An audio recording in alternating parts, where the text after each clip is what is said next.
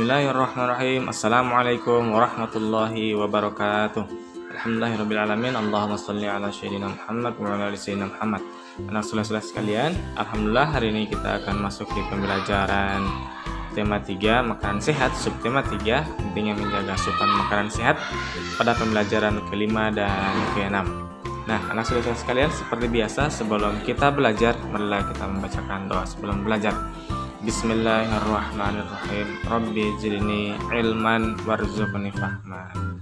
Nah, anak saudara sekalian, marilah kita mendengarkan video penjelasan berikut ini.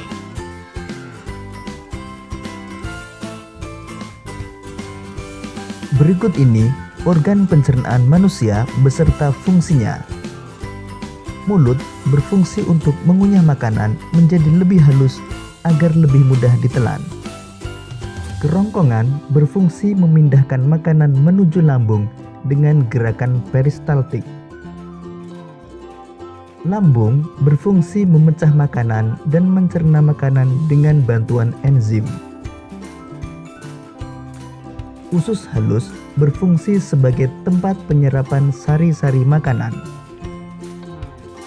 Usus besar berfungsi sebagai tempat penyerapan air dan pembentukan feses. Anus berfungsi untuk mengeluarkan sisa-sisa makanan yang sudah tidak diperlukan tubuh.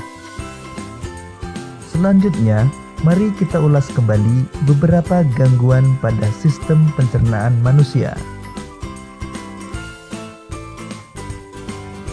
MAH adalah gangguan sistem pencernaan yang gejala umumnya berupa nyeri pada lambung dan sakit ulu hati. Penyebabnya adalah luka pada lambung yang tidak segera terobati dan berakibat infeksi bakteri Helicobacter pylori. Gejalanya adalah berupa nyeri perut bagian atas, mual, dan muntah. Cara mengatasinya, penanganan tergantung pada penyebabnya. Antibiotik dan antasida dapat membantu mengobati MAH. Diare merupakan gangguan pencernaan yang menyebabkan penderitanya buang air besar lebih sering dari biasanya dan feses lebih encer.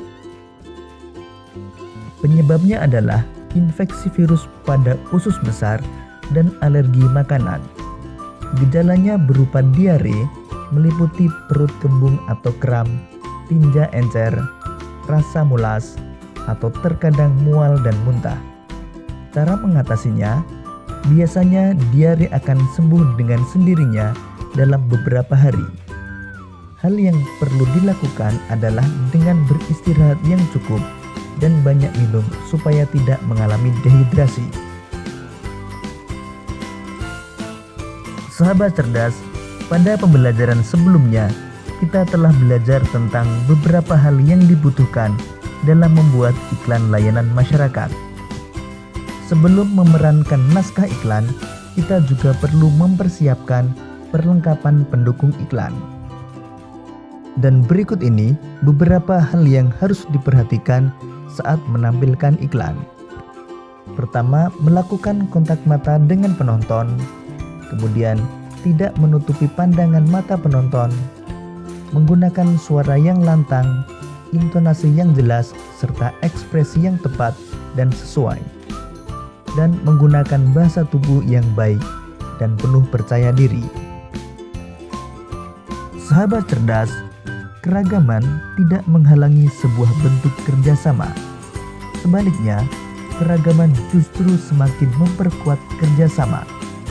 Indonesia sangat kaya akan keragaman budaya, antara lain terlihat pada keragaman seni rupa daerahnya. Salah satu contoh karya seni rupa daerah yang terdapat di Indonesia adalah seni batik. Sekarang mari kita mengenal seni batik yang ada di Indonesia. Alat dan bahan yang dipergunakan untuk membuat batik antara lain: yang pertama, malam, yaitu lilin atau parafin.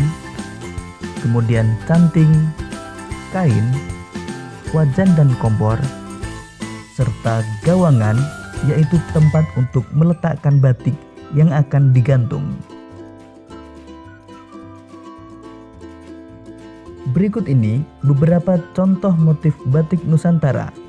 Pertama, motif batik Kawung dari Solo, motif batik Pekalongan, motif batik Cirebon Megamendung, dan motif batik Parang Yogyakarta.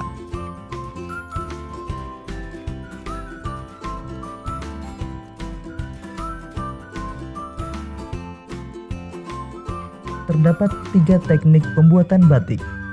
Pertama, teknik tulis menggunakan canting sebagai alat pembuat motif. Kedua, teknik cetak atau sablon. Dan ketiga, teknik cap menggunakan stempel yang di atasnya sudah berbentuk ragam motif batik. Selain teknik pembuatan batik, motif batik juga menyimpan makna tersendiri. Misalnya, motif batik Parang Rusak yang memiliki makna pertarungan antara manusia melawan kejahatan dengan cara pengendalian diri yang dapat membentuk manusia menjadi mulia dan bijaksana.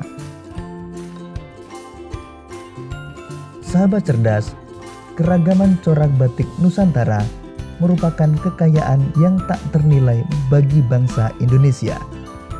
Corak batik yang beragam motif dan warnanya tidak hanya menampilkan keindahan dan keunikan tersendiri, tetapi juga syarat dengan makna-makna hidup yang luar biasa.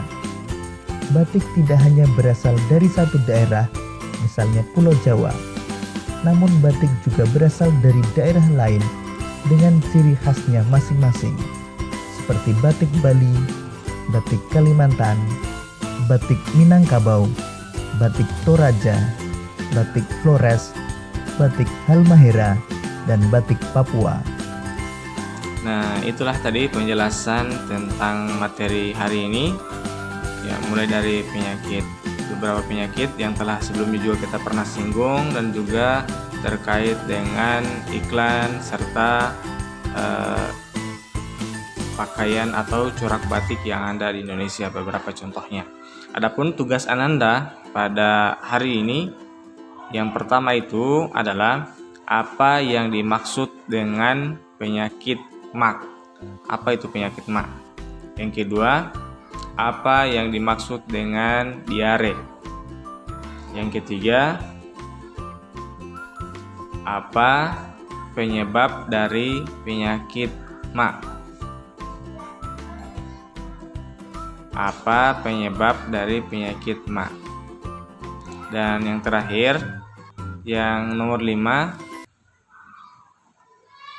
sebutkan atau tuliskan 2 contoh motif batik yang ada di Indonesia.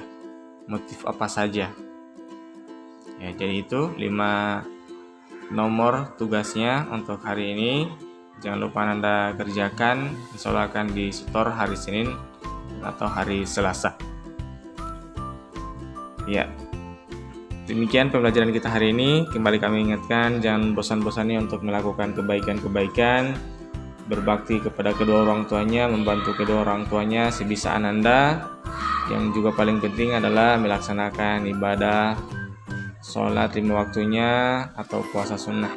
Nah, demikian pembelajaran kita hari ini. Kita tutup dengan doa penutup majelis. Subhanakallahumma wa bihamdika asyhadu an la ilaha illa anta astaghfiruka wa atubu ilaik. Assalamualaikum warahmatullahi wabarakatuh.